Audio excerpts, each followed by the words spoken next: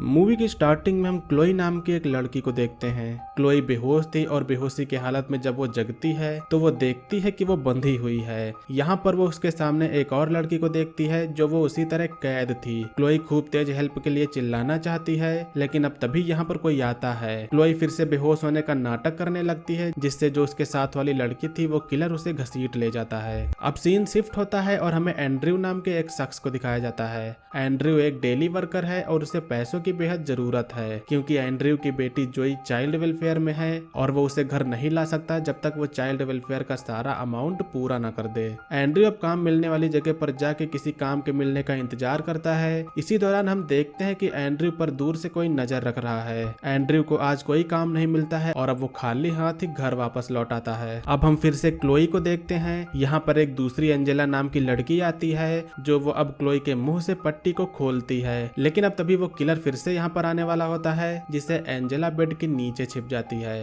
वो क्लोई से इशारे में कहती है कि तुम बेहोश होने की एक्टिंग करो। वो किलर जिस लड़की को पहले यहाँ से ले गया था अब वो उसकी डेड बॉडी को घसीटते हुए बाहर लाता है। अब किलर के चले जाने के बाद एंजेला क्लोई के बाकी पट्टियों को भी खोलती है। यहाँ पर दोनों लड़कियों को ही नहीं पता है कि यहाँ क्या चल रहा है और वो यहाँ कैसे आई इसका भी अंदाजा इन्हें नहीं है। इसी दौरान अब हम देखते हैं कि इन दोनों लड़कियों के अलावा यहाँ पर और भी लड़कियां हैं जो शायद वो सभी मर चुकी हैं। एंजेला क्लोई से कहती है कि हमें यहाँ से किसी न किसी तरह से निकलना होगा, और जब एंजेला दरवाजे के पास जाती है तभी वो किलर वहाँ से निकल आता है और इस बार वो किलर एंजेला को पकड़ के ले जाता है। दूसरी तरफ अब हम फिर से एंड्रयू को देखते हैं। एंड्रयू काम पर होता है, उस पर जो नजर रख रहा था वो अभी भी उसी के पीछे होता है। काम के बाद में अब एंड्रयू जब घर आता है तो उसे डोर पर एक लिफाफा मिलता है। इसमें $100 का एक नोट था और साथ में लिखा था कि बाकी पैसे डिलीवरी के बाद में मिलेंगे। एंड्रयू को कोई भी अंदाजा नहीं होता है कि ये किसने दिया। उसे लगता है कि गलती से शायद ये यहाँ पर आ गया है, जिसके बाद वो इस पर दिए नंबर पर कांटेक्ट करके बताता है कि आपने रॉन्ग एड्रेस पर इसे भेज दिया।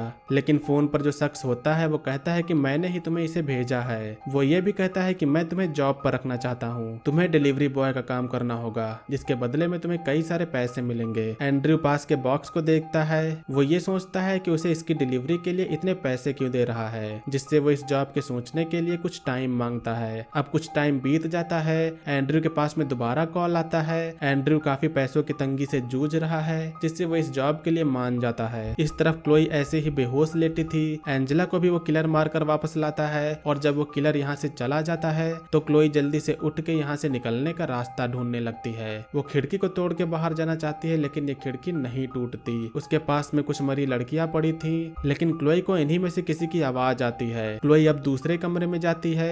ये वही कमरा है जहाँ किलर लड़कियों को मारता है। यहाँ दीवारों पर काफी सारा खून लगा होता है और यहाँ खून जाने के लिए एक ड्रेनेज भी है। क्लोई खिड़की खोलने का ट्राई करती है, लेकिन इससे कोई भी फायदा नहीं होता। क्लोई को अब तभी फिर से किसी की आवाज आती है। यहाँ ये जो लाशें पड़ी थी उनमें से एक लड़की जिंदा थी। क्लोई अब उसके पास में जाके उसके मुंह से पट्टी हटाती है और वो उसे चिल्लाने से मना करती है। अब किलर यहाँ ना आ पाए, जैसे क्लोई एक रैक को दरवाजे के सामने रख के डोर को फंसा देती है। वो उस लड़की के पास में जाती है, लेकिन तब तक वो किलर वापस आ जाता है। वो दरवाजा खोलने की कोशिश करता है, लेकिन दरवाजा नहीं खुल रहा था। वो किलर वहाँ ज्यादा देर नहीं रुक पाएगा, जिससे अब जल्दी से क्लोई यहाँ से एग्जिट का रास्ता देखती है। वो कमरे के वेंट्स को तभी देखती है, जिसके बाद में वो उन्हीं वेंट्स के जरिए यहाँ से जाने का प्लान बनाती है। क्लोई तो ऊपर चढ़ जाती है, लेकिन उस लड़के के पैर में चोट लगी थी, जिससे चाहते हुए भी क्लोई उसकी हेल्प नहीं कर पाती है। अब इतने में वो किलर अंदर आ जाता है। फिर वो लड़के को पकड़ के उसे मार देता है। वो किलर अब इसके बाद में क्लोई पर भी हमला करता है। क्लोई इस वेंट से आगे नहीं जा पाती है और उसके पैर में फावड़ा लग जाता है। वो किलर अभी भी उस पर हमला करता है, जिसके बाद अब क्लोई का कंधा घायल हो जाता है।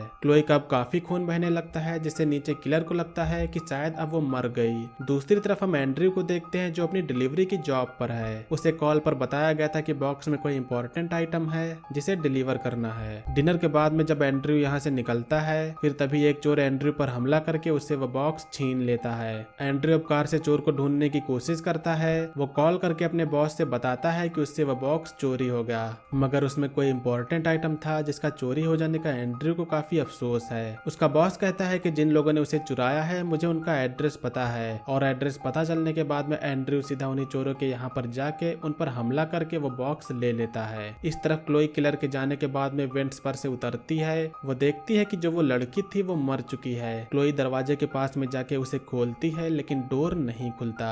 वो अब दूसरी तरफ जाके दूसरा डोर खोलती है तो वो देखती है कि यहाँ पर कई सारी लाशें रखी हुई हैं। क्लोई उनके मुंह से पट्टी उतारती है और अपने घाव पर लगा के ब्लड को बहने से रोकती है। क्लोई के सामने ही कई लड़कियों को मार दिया गया और शायद जल्द ही उसकी भी बारी आने वाली है, लेकिन क्लोई हार ना मानते हुए कुछ ट्राई करके यहाँ से निकलने का सोचती है। वो उन लाशों पर से सारी पट्टियों को हटाती है और आपस में बांध के एक डेथ ट्रैप बनाती है। ये क्लोई के यहाँ से निकलने का एकमात्र उपाय है। इधर एंड्रयू के काम से खुश होकर उसके बॉस ने उसे घर पर मीटिंग के लिए बुलाया होता है। एंड्रयू को एक बेहद ही लग्जरियस कार से पिक किया जाता है और जल्द ही वो एक बंगलो के सामने पहुंचता है। यहाँ पर वो बेल बजाता है तो अंदर से एक इंडियन लेडी निकलती है। वो लेडी एंड्रयू का हाथ पकड़ के उसे अंदर ले जाती है। ये घर अंदर से काफी आलीशान है। ये लेडी जब एंड्रयू को चाय सर्व कर रही थी तभी यहाँ एक दूसरी लेडी आती है। इस लेडी का नाम एलिजाबेथ है और एलिजाबेथ ने ही एंड्रयू को यहाँ पर बुलाया है। वो एंड्रयू से कहती है कि वो उसकी लाइफ को और भी बेहतर बना सकती है। एंड्रयू से पूछता है कि मुझे क्या करना होगा, जिसके बाद में एलिजाबेथ बताती है कि मुझे एक रास्ता मिला है जिसकी हेल्प से बुढ़ापे को हमेशा जवानी से दूर रखा जा सकता है।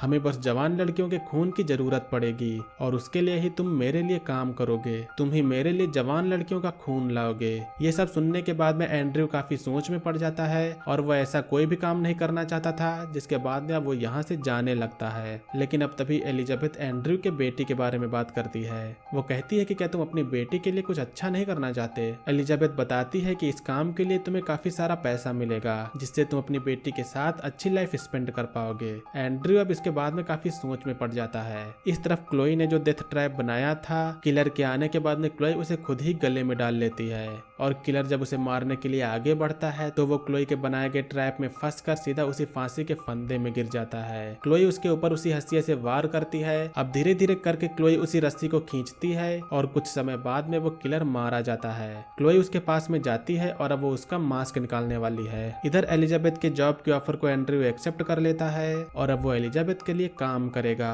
इस तरफ क्लोई अब उसका मास्क हटा के देखती है। हमें यहाँ पर यह पता चलता है कि वो एलिजाबेथ का पहले वाला नौकर था और अब इसके मरने के बाद लड़कियों को मारने का काम एंड्रयू करेगा। क्लोई बाहर जाने का दरवाजा खोलती है और हम उसी बंगलो को देखते हैं। तो इन सब के बाद में आप लोग सिंपल भाषा में ये समझ सकते हैं कि एलिजाबेथ यंग लड़कियों को मारकर उनका ब्लड निकालती है, जिससे वो बूढ़ी ना हो और जवान दिखे। उसके लिए पहले कोई और काम करता था, लेकिन उसके मर जाने के बाद में एलिजाबेथ ने एंड्रयू को हायर किया। सो गाइस, ये थी 2016 की एक हॉरर थ्रिलर मूवी का एक्सप्लेनेशन। मूवी का नेम है ऑल आई नीड।